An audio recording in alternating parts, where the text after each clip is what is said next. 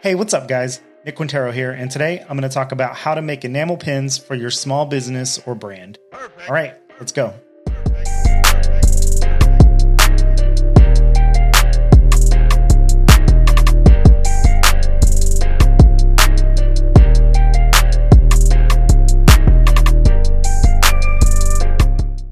All right, so if you're already here, I imagine you know what enamel pins are, so we can skip the history lesson.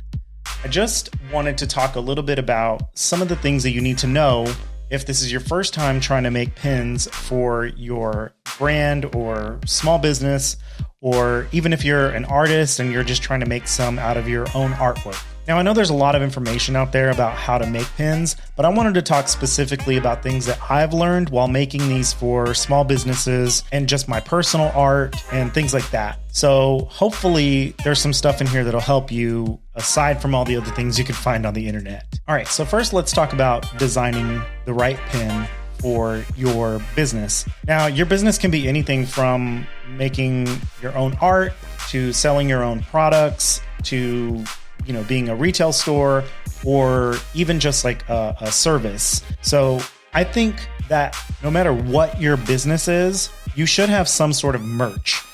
Some people sell their merch, some people's merch is their business, and some people give their merch away for free. And I think it doesn't really matter which one of those categories you fall into, you should absolutely have merch. My brother used to have a painting business, and I always tried to get him to do something cool and fresh and fun, even if it was just like a promotional item that he was going to be giving away to potential clients. So the context or category of your business doesn't really matter. All of this stuff can still apply to you. And I think no matter if you're selling your merch or giving it away, you want to make it the best possible. So my number one advice on making a pin is don't make it your logo. You can have your logo on it if necessary. You can make one down the road that is just your logo. Or if you're selling or giving them away in a pack of multiple different designs, your logo could be one of them. But if you're trying to make something cool and interesting, stay away from just putting your logo on product. Like, people probably don't necessarily know your brand well enough, or unless you're Nike, people aren't necessarily buying you for the brand. They're buying you for what your brand stands for. And so I think it's up to you to find an icon or a piece of art or something that really stands for your brand so that people will want the item. In my opinion, there's 3 things you should think about whenever you're making pins. What icons do you have that you can use? Will this artwork execute in pin format? And do people actually want this? I've seen a lot of people make pins and things because they love the subject of it. But unless there's other people that want that same subject, you're going to have a hard time selling it. If you're just giving it away, that's totally fine. If you like to just spend money or, throw away money. But even if you're marketing your brand and you're giving your stuff away for free, you want to have something that people actually want. Now, when it comes to picking an icon or artwork or something that is unique and specific, think deep about your brand and what you have. Like, if you're a food truck, don't just put your food truck's logo. Don't just put your, food item. Like, if you sell tacos, don't make a taco pin. Make one of your actual food truck. There was a business in Dallas that was selling pies in jars in a repurposed paleta cart, which is like those Mexican popsicles. And so they had a very specific shape for the push cart. So I told them that they should be making pins not of their logo, but of their pie jars and their paleta cart, because in my opinion, that was something that was very unique to them and something that they could, use and make it iconic. I think the best ideas come whenever there's something super unique from a business or a brand, and you utilize that sort of like iconic symbol or item or product or whatever it is to make something really, really cool that pin collectors will actually want. Being a pin collector myself and also being a Simpsons fan, some of my favorite pins from The Simpsons aren't like just the characters. You know, my Bart and Homer pins are not my favorites. The things that I love are the ones that are so super weird and obscure that only a true Simpsons fan would know. So think about something like that from your brand. You know, if you sell a specific drink, or you have a really cool sign outside of your location, consider making a pin of something like that. Now, of course, you want to make sure that it'll execute well. So if your sign has a ton of detail, if it's got a photo on it or something, you know, it might be hard to actually make that execute the way that you make pins.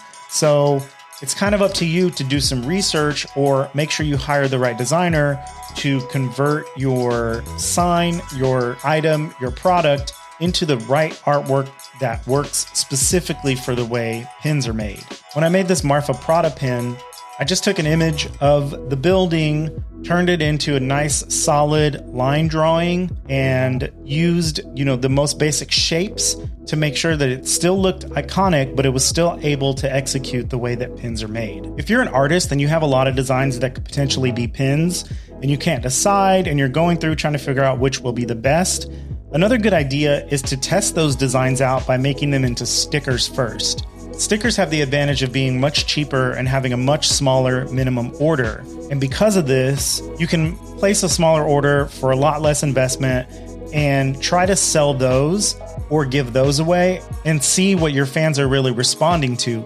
You may have a design that you love, but it may not be the same one that your fans love. So test out a few things, sell them something a lot cheaper, and see over time what is your best seller, and then consider turning that into your first pin design.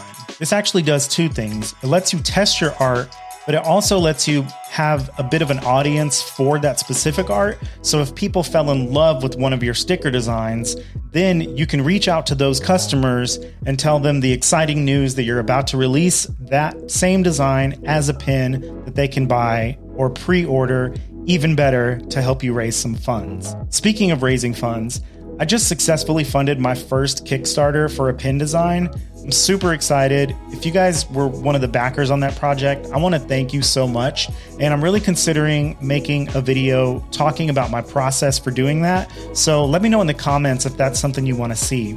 I want to go over the process from beginning to end, how I designed it, how I started the Kickstarter, and how I got it funded, all of the process in between and hopefully after. All right, but let's get back to pin making. All right, so if you're designing your pins yourself, you really want to make sure that you focus on how pins are made. It's important that all of your colors are separated by an outline, and that outline will be the metal, and the colors are actually filled in. It's really important that you pay attention to how these things are made and how you're going to create the art that's going to work for it. Even if you have a piece of art that is already done, that's been selling, you will probably have to tweak it to make it pin ready. If you're not making your own art and you're hiring a designer, it's a good idea to use a designer who has experience with pins, because you don't want to be caught off guard or have some surprises whenever your pin comes back and looks different than your original design or concept. I guess I should say 99% of enamel pins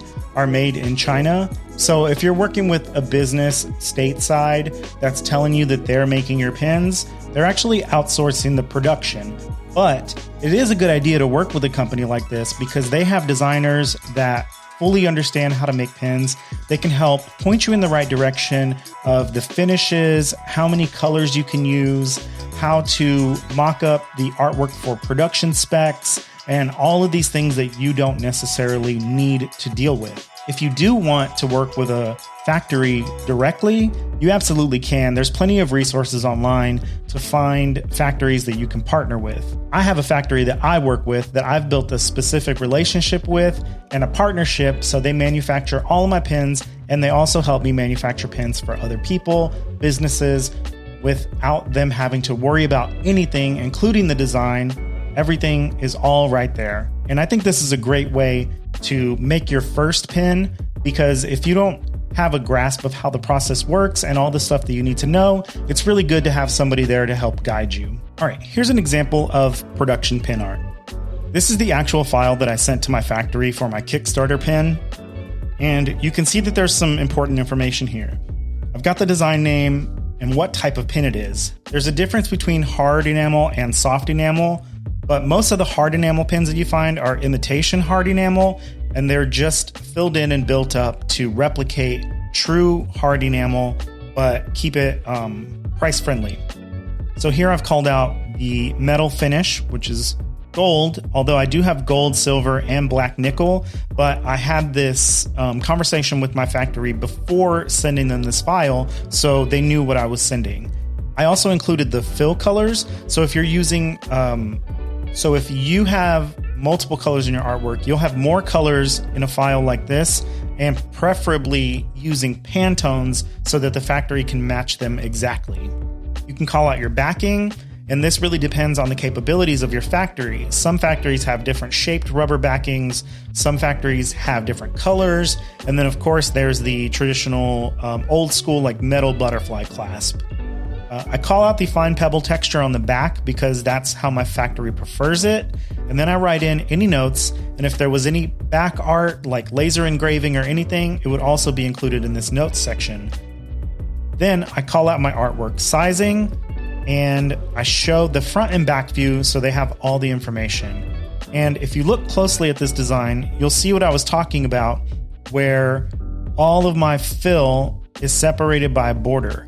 If you tried to make this a color where this one was a different color and there was no metal outline in between them, it would not work because of the way that they fill these colors with liquid.